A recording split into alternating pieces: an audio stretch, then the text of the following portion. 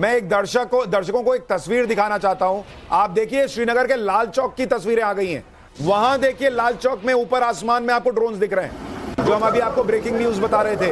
ये श्रीनगर के लाल चौक में, जरा फुल फ्रेम तस्वीरें दिखाई। ये देखिए श्रीनगर के लाल चौक में आपको ड्रोन्स गुजरते दिख रहे हैं। हालांकि ये ड्रोन्स भारतीय सेना ने न्यूट्रलाइज कर दिए हैं, लेकिन देखिए श्रीनगर के लाल चौक के ऊपर भी ड्रोन उड़ते दिख रहे हैं। और ये थोड़ी देर पहले की तस्वीरें, लाइव तस्वीरें नहीं हैं। और श्रीनगर में लगातार देखिए, इसमें भी आपको एक के पीछे एक ड्रोन्स जाते दिख रहे हैं। इस तस्वीर को गौर से देखिए, 1 2 लगातार एक के पीछे एक ड्रोन जाते दिख रहे हैं। तीसरा, चौथा, ये लगातार ड्रोन श्रीनगर में उड़ रहे हैं। जी मीरा जी, अपनी बात पूरी कीजिए। जी, तो मैं ये कह रही थी, पाकिस्तान आर्मी में जो परिस्थिति ये है कि जो उसके वहाँ के पाकिस्तान के कोर कमांडर्स है वो बहुत ऑटोनोमस है। ऑटोनोमस का अर्थ ये है कि कुछ जो है वो प्रो यूएस है, कुछ जो है वो प्रो चाइना है, और सबसे इम्पोर्टेंट कुछ जो है वो प्रो जिहाद है।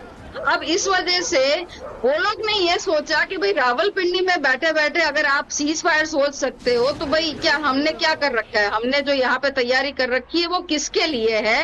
तो ये भी हो सकता है कि पाकिस्तान आर्मी जो ये कुछ कोर कमांडर्स है वो बगावत के मूड में है, और इस वजह से सब कुछ अनएक्सपेक्टेड है, मतलब कुछ भी हो सकता है। और ये प्रूफ खुद सामने चल के पाकिस्तान में ये कुछ घंटों में दे दिया है। अगर हम इस थ्योरी से थोड़ा सहमत हैं कि कुछ यूनिट ने पाकिस्तानी सेना के बगावत कर दी हो, ऐसा हो सकता है? नहीं, जो ये बोल रही है ना, मैंने इसके बारे में सोचा नहीं था, लेकिन जब इन्होंने बोला तो मुझे लगा कि हाँ, इट इज अ पॉसिबिलिटी, क्योंकि पाकिस्तान में इतिहास में पहले हो चुका है।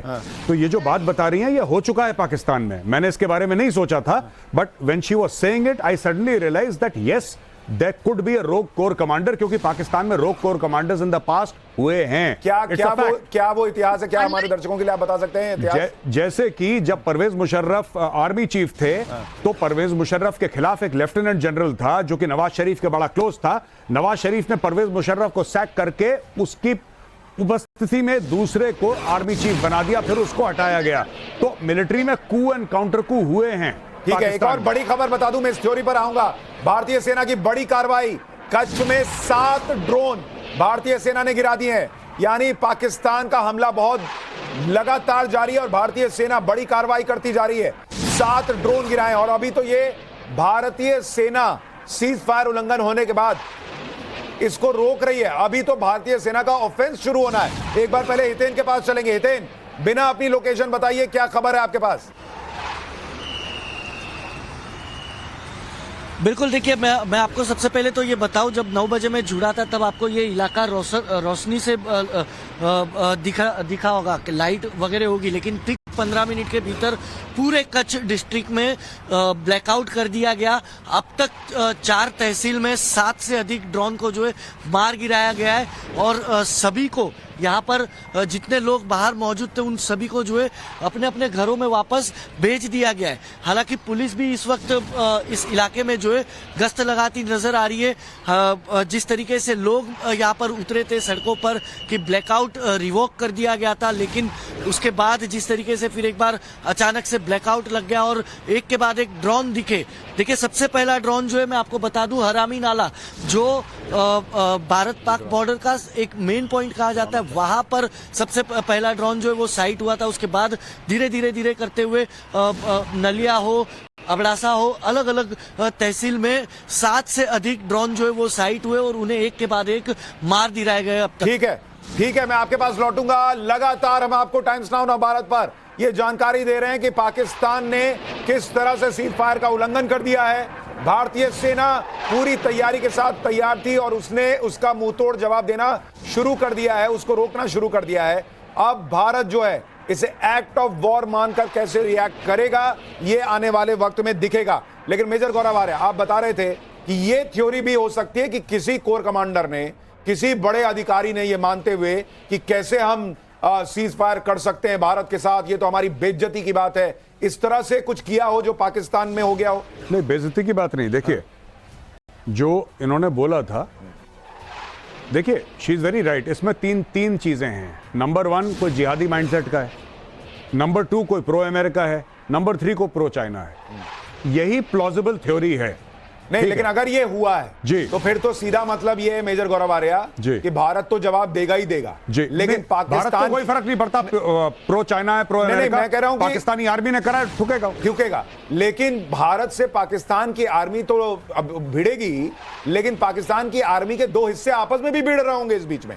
ये तो सीधा सीधा मतलब है फिर। हाँ, वो उनकी पॉलिटिक्स चलती रहती है रावलपिंडी में। कई लोग हैं जो आसिम मुनीर को अच्छा नहीं मानते, और आसिम मुनीर, ये बीच में इनका ट्रांसफर भी हुआ था, एक आध महीने इनके लेफ्टिनेंट जनरल्स को दाएं बाएं उसने करा था।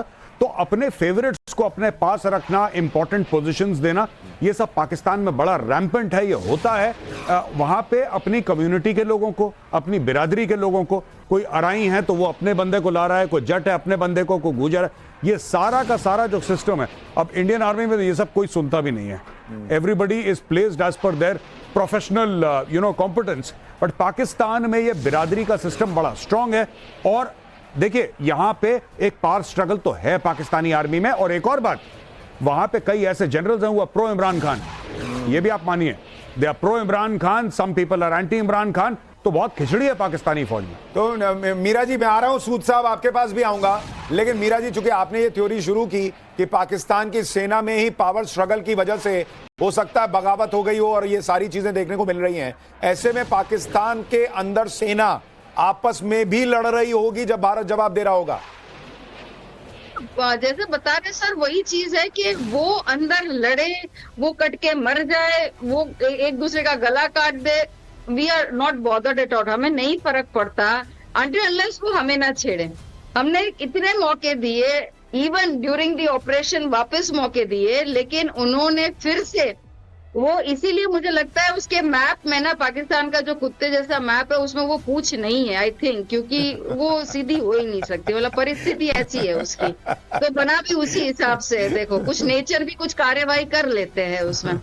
तो ये जब हम जानते हैं कि यहाँ कुछ भी हो सकता है, और इस वजह से जब इवन इमरान खान भी आए थे, कोर कमांडर का घर तहस नहस हो गया, कोई सोच सकता है?